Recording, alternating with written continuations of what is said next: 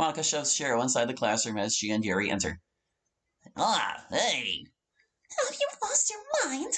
Are you seriously that stupid? What did you think was going to happen? Trying to make her take Kyle like that? Shiro tries to argue, but is lost for words as he wordlessly nods to Monica. I'm sorry. I had to. Why? Why did you think you had to? Because he burned Yuri's relationship to Ash. He torpedoed the anime club. He destroyed Charlotte, our friend. He's out of control. He's gotta be stopped, Monica. And I'm done stomaching his insults from the sidelines. He's not going to stop. Monica sighs as she sits down in an empty chair, clutching her forehead. Yuri lets out a shaky breath. Shiro, don't throw away your life because of my personal problems. My relationship with Adrian, there was more to it being over than just Kai's interference. Yes, he made the situation far worse, but I'd see now that things were heading down a dark path for us.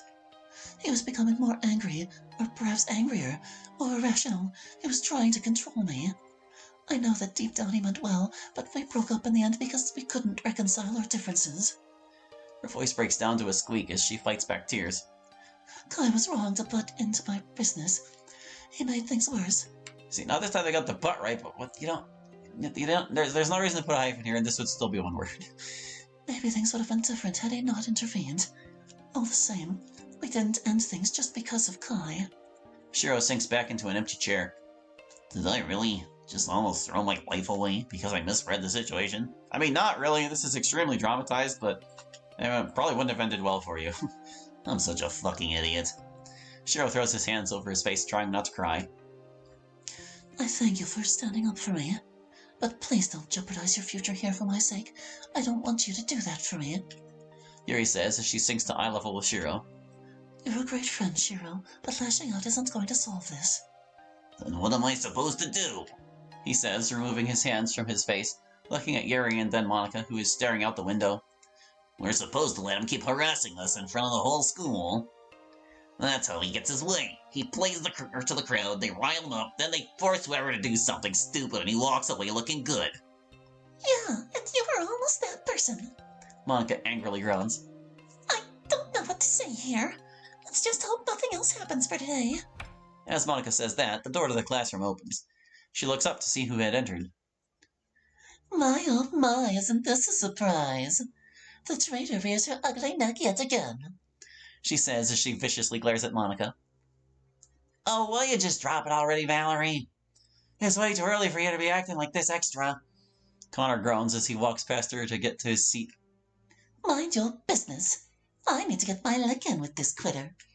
Monica stands up from her seat. Well, isn't someone still upset that I left her little empire? Valerie chuckles. On the contrary, I'm thrilled that you left. It's the best thing that's ever happened to Debate Club, she says proudly as she sets her stuff down at the desk next to Connor. Really now? Then why do I have people coming up to me and on a near daily basis begging me to come back? Unless you're talking about your simps, you're delusional. And speaking of simps, I happened to hear your entire speech defending him, Valerie says, pointing to Shiro. My oh my, you've really fallen far, haven't you, Reynolds? Like I've ever cared about your opinion, Ratcliffe. Humph. The two girls stare each other down. After a while, Yuri stands up. Monica, let's just leave this bimbo and go somewhere else. Oh, didn't you just get dumped by that emo loser? Damn, a girl like you must not get a lot of guys coming your way. That's gotta sting. Better than being ran through on a daily basis. You wanna come a little closer and say that again? Monica steps in between Valerie and Yuri.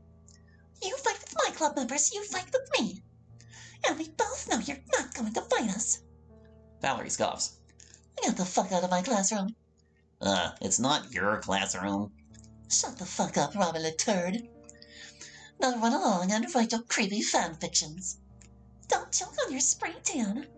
Valerie stares at Monica in silence as she, Yuri, and Shiro walk out of the room. Once they're out of the room, Valerie takes a seat and lets out a long sigh. They are so rude. Says the rudest person in the room. Connor lets out a sigh of his own. You didn't have to do that. You literally just saw the face-off they had with Connolly. They're already worked up. Yeah, I know that. I was there. God. Valerie, I get that you don't like Monica. That's cool and all. but you don't gotta try to fight with her every time you see her. She needs to be reminded what a horrible person she is, Connor. She quit on the debate club and had deprived us of a half-decent opener. After acting all high and mighty last year like she was the only reason the debate club could survive. The nerve of that bitch. I don't really agree with that, but whatever. You can't be starting fights with her every time you see her. What if the student council or teachers catch you? They can make you step down as president, you know. They wouldn't dare. Jeremy likes me, and everyone knows that I can win us the competitions this year. Everyone knows. Without me, the club is toast. Interesting you say that. It's the truth, and you know it. Besides, I know nothing will happen to me if I have a little fun with Monica and Shiro. They're only digging their own social graves, just like their friends did. What do you mean by that? I mean that they have chosen poor company. Look what happened to that Michael guy and that poor Charlotte girl. They were both friends with Shiro and Monica. Those two and their friend group just seem to have bad luck all the time. What a shame. It feels like the universe is finally repaying them for what horrible people they are. And me reminding them of that fact, well, I like to think I've played my part.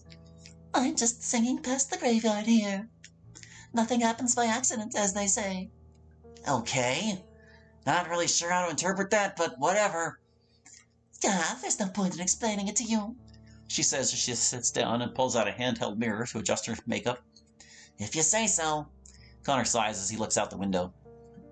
Valerie's always been out of pocket with who she doesn't like, but playing her part? What is she talking about? Connor mulls the question over as Valerie begins fixing her makeup and more students begin arriving in the classroom. The door to the stairways are thrown open by a sudden shove. Let go of me! Randy finally releases Kai as they enter the stairway into with Victor. Kai rotates his wrist. What the hell is wrong with you? He stares, glaring at Randy. What's gotten into you? Why did you stop me from going after Reynolds? Me? What the fuck is wrong with you? You were seriously about to fight a girl? Since when did we do that? Hate to agree with Randy here, but he's right. You were clowning yourself out there, man. He did you a favor. Shut the fuck up! He didn't! Kai says, turning his fury to Victor. I don't care whether it's a guy or a girl. They trust me, they pay the price! I guess I'll have to add Monica to my list. List? You're keeping a list now? Yes, I am. How else do you think I've kept track of my enemies? Randy scratches the back of his head as Victor looks on inquisitively. Kai lets out a sigh. We'll deal with Monica and Yuri another time. Shiro maybe needs another ass-kicking, but I'm not worried about that either. I've proven my point with him. As I was saying back there, before we were so rudely interrupted, there's another target that takes precedence. Sam Meadows. What? Why her? She hasn't done anything. Oh, really? She's the reason I lost my fight with Harrington. She got in the way. Plus, she's trying to prove his innocence. I can't have that. It's gonna be harder now since you snapped in front of everyone over Monica's comment about Charlotte. It's going to trigger a new round of questions about your involvement in that. And who runs the damage control on that front, Victor? I'm just saying you're making this needlessly complicated. I have no problems with targeting Sam, but you need to get a hold of yourself. I'm in complete control of my emotions, thank you very much. Do not imply otherwise. Victor sighs. Whatever, man. Kai, come on. She's a loner and barely talks to anyone. Aren't we going to look like major assholes picking on her? Look, we're not in this for the popularity. I've come to realize that our job, what we're doing, is a thankless job. Tearing down the popular kids in the current establishment is obviously going to rub a lot of people the wrong way. But people will thank us in time. It's as I told you when we went after Charlotte. We do things that are sometimes regrettable, but necessary. Going after Sam is necessary. Well, what are we gonna do now? No way we're pulling another Charlotte. No, I don't think we need to go that far. But I think we can just pressure her into giving up her little quest. You want me to make another trip to her locker? In time. I'll pay you the first visit. Perhaps I can force her silence. If she does not yield, we will make her see the errors of her ways. This will also serve as an example that we still are a force to be reckoned with.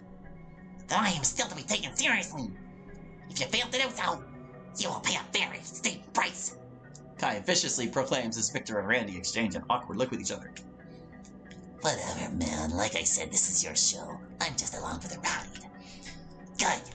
And Randy? Randy shakes his head. So we're just going to bully some loner into submission? Really? She can't prove anything. Let her swing for the fences. I wouldn't underestimate her.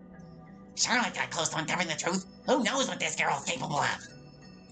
I won't leave anything to chance. And you will do as you're told, Randy. Don't go soft on me. I won't. I just want to be sure we're doing the right thing here. We are. But how? Because I said so. Randy stares coldly at Kai as he brushes him off. Victor, show me where her locker is. All right.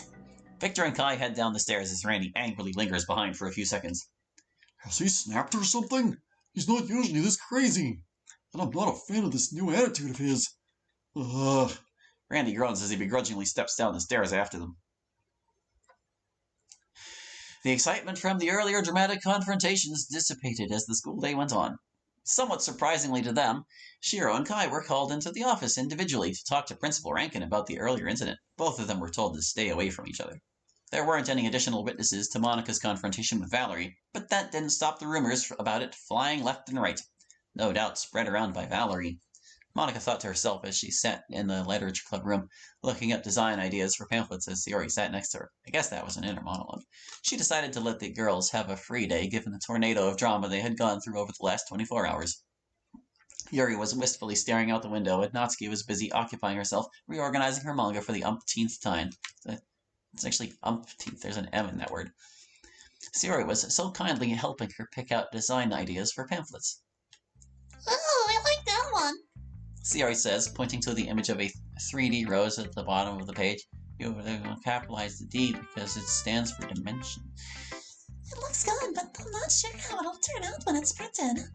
Well, I suppose we can always just... Suddenly, there's a knock at the door. That's odd. It's probably not Shiro since he just left and let himself in. And Adrian wouldn't have the guts to show his face here after what happened yesterday.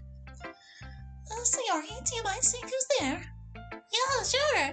Sayori, full of energy, springs up from out her seat, not out, and joyfully walks over to the door as Monica returns her attention to the screen.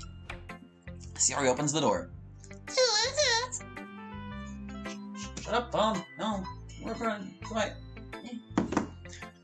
Oh, hey, Connor. Hey, Sayori. Is Monica there? I need to talk to her for a sec. Yeah, I'll go grab her. 1 second. Sayori trots back over to Monica as Connor waits by the door. Who is it? That's Connor from the debate club. Said he wanted to talk to you. That's odd. Monica shrugs her shoulders and walks over to greet Connor. Connor, it's been a minute. Yes, it has. I'd love to catch up, but can we talk somewhere a little bit more privately? Sure. What's this about? It's rather important. Monica nods as she follows Connor to the rooftop. Connor leads Monica to the edge of the rooftop, where they both lean against the railing. So, what's going on? First off, I wanted to apologize on behalf of the entire debate club for our president's earlier behavior. It was unbecoming, rude, nasty, and doesn't represent the debate club as a whole, especially to how they feel about you. Well, I knew that, but there's no need to apologize on behalf of the debate club. I know that the vast majority of you guys are good, honest people. Yeah, which is why it's a shame that we got her in charge. Oh, I've heard plenty about her. She's somehow even more hands-on than Jenna was with us. Even harsher than Caitlin was back in the old days. Don't get me wrong, I'm all for tough love, but she's just being a bitch, to put it nicely. Yeah, it's a shame. Can't you guys just vote her out? I mean, we could try, but she probably has enough support to hang on for now. If we failed to remove her, the fallout from her fury that had come afterwards would likely mean the end of the club. And there's no way Jeremy would unilaterally remove her, not when she's his #1 supporter on the student senate. So if we did something like that, we'd only get one shot. Seems like you guys are in quite the conundrum. Yeah, we are. But I'm not really here to talk about all that. I'm not here to try to beg you to come back to us either. You seem to have your own thing going, and you seem pretty happy. I can respect that. Valerie said something weird to me after you guys left that I thought you guys should know about. Oh, what is it? I might be reading too much into it, but she made a weird comment saying that she played her part and how nothing happens by accident. In reference to the things that have been happening to you and Shiro's respective friend groups. She didn't elaborate, but I don't know. I think there's more to it. That's certainly strange coming from her. She's not one to necessarily hide the fact that she did something. Unless it was something seriously messed up. Which the whole thing with Charlotte and Michael qualifies. I don't know whether that Michael guy is innocent or not. I've tried to stay away from all that, but I don't know. Valerie hates you and anyone that willingly talks to you. And we both know the lengths she can go to let her, or get her way sometimes. She's not above playing dirty. And Kai did talk to her privately before this whole thing went down. Monica stares out into the horizon, lost in thought. Cheryl brought up a similar point not too long ago. What if Valerie was somehow involved in what happened with Charlotte? You don't need this myth. For as vicious and mean-spirited as Valerie is, there's no way she'd lower herself to do that. Or would she? Monica stares at Connor, a mix of uncertainty and fear in her eyes. You don't think Valerie was involved in all that, do you? I mean, I'm praying she wasn't, but I don't know. I can't say I know for a fact that she didn't do it. It's just something I thought you should know and maybe look into. Well, thanks, Connor. Hey, no problem. I really do wish you were our club president again. Or right now, it'd save a lot of heartburn. I'm sure it would have. She says with a dry laugh. The two stare out into the horizon as the sun begins to set.